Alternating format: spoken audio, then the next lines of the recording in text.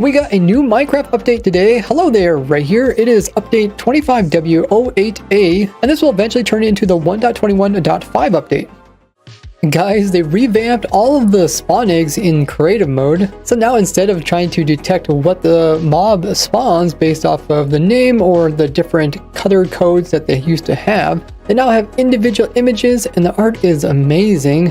So let's go through them. So this is Allay, Armadillo, Axolotl, Bat, Bee, Blaze, Bogged, Breeze, Camel, Cat, Cave Spider, Chicken, Cod, Cow, Freaking, Creeper, Dolphin, Donkey, Drowned, Elder Guardian, Enderman, Endermite, Evoker, Fox, Frog, Ghast, Glow Squid, Goat, Guardian, Hoglin, Horse, Husk, Iron Golem, Llama, Magma Cube, Mushroom, Mule, Ocelot, Panda, Parrot, Phantom, Pig, Piglin, Piglin Brute, Villager, Polar Bear, Pufferfish, Rabbit, Ravager, Salmon, Sheep, Shulker, Silverfish, Skeleton, Skeleton Horse, Slime, Sniffer, Snow Golem, Spider,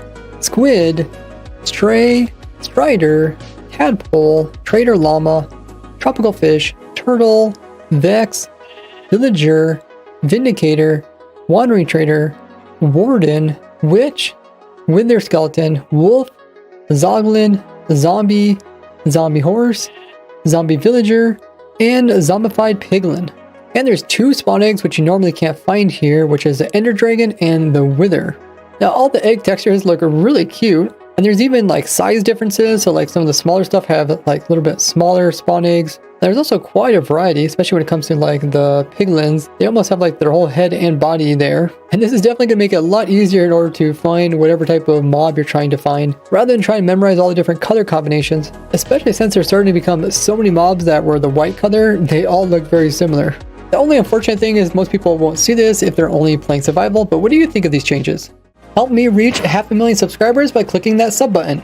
They added in 6 different sound variations for the dogs. This is not related to the actual color of the dog or which biome you can find them in. Every dog is going to have one of these 6 personalities, and this is either big, cute, Hoglin, angry, grumpy, or sad. And this will affect all the different noises that the individual wolves will make, which includes their ambient noise, as well as their hurt, death noise, growl, whine, and also their panting sounds. Now these noises actually sound very similar to just dogs in real life. But unlike the pandas, which have different personalities, you can't visually see what dog is which type. You just have to end up listening to each dog and kind of sorting it that way. Now it is easier to detect the big dog because it makes a really low, deep bark.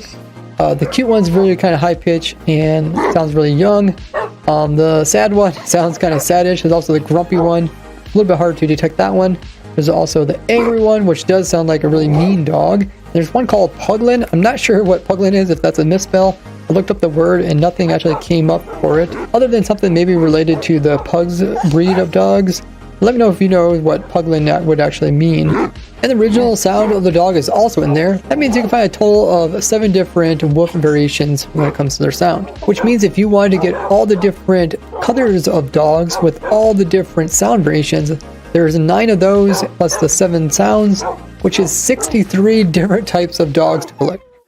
Now they reverted the weird colors that could be found inside the cold and well as hot biomes when it comes to the sheep types, which is something I forgot to mention in the last week's snapshot video. And this is that there was an uncommon chance of finding yellow, reds, and orange sheep in warm biomes and some blue variations of sheep in cold biomes. But yeah, it just looked really weird, so I'm glad they actually reverted this. So now cold biomes will have the common colored black ones with the uncommon grays, white, and brown, but also that chance of the super rare pink one. With the warm biomes having the common brown ones and the more uncommon black, grays, and whites with that super rare chance of the pink one. And here's a list of all the different cold biomes. Then it switches over to temperate biomes when it comes to the ocean. And then it's considered warm biome, everything that's beyond the Mushroom Islands. But it's good to keep in mind that sheep don't actually naturally spawn in all these different types of biomes. But they added a new change to sheep, that is when you shear them, they'll no longer default to looking like a white sheep after they're sheared, but instead will have the same brown color on their little bits, and they even added this little patchiness, which is actually very true when it comes to shearing sheep in real life. You don't actually shear them completely bald, as what you do is you just make their hair shorter and not actually remove it all. But this is a great illustration to tell people that they've actually sheared the sheep, because from a distance it'd be hard to tell if they were thick like this or if they were a little bit thinner, if everything was the exact same color. Now, they did this to be a parody along with Bedrock Edition, and they also made it so that sheep can now eat ferns just like they can in Bedrock Edition, similar to how they can eat grass and dry grass. Yum. Click that like button for some good luck. They also changed bushes, so now in order to farm them we have to have them similar to the dry grass where the player needs to break them. So I actually had to make a new bush farm, as you can see. But there is still some weird stuff in the snapshot, like they accidentally broke it so that the Firefly bush farm no longer works, as they somehow gave it the same properties, so now it will only grow on the side rather than just making a duplicate. So I don't think that is intended, and because of that reason I didn't bother making a new farm for that one. There also still seems to be the bug that if you would break these bushes with a tool, it never actually takes any durability, which is different than like ferns and grasses, so that might get changed as well.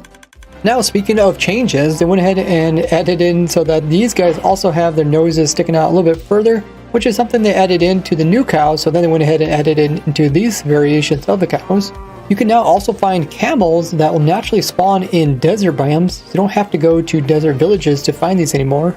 And speaking of villages, in some of their chests you can actually find the bundle as an item, which is great because you're already exploring and you're going to end up with a lot of items, so now you can store them all. And they also lowered the noise when it comes to the leaf litter, as well as the different grass noises. And they also fixed some bugs this week, but nothing too important for survival. And the website where you normally would report bugs is still down, as they are currently migrating this over. So they said just remember those bugs and report them once it is up again. Did you know I stream over 20 hours a week? And I'm probably live right now, so check out the link down in the description. I'll see you guys all over there, as now we have a whole bunch of new automatic farms that can be placed inside of spawn chunks. Thanks to all my monthly supporters, and bye-bye!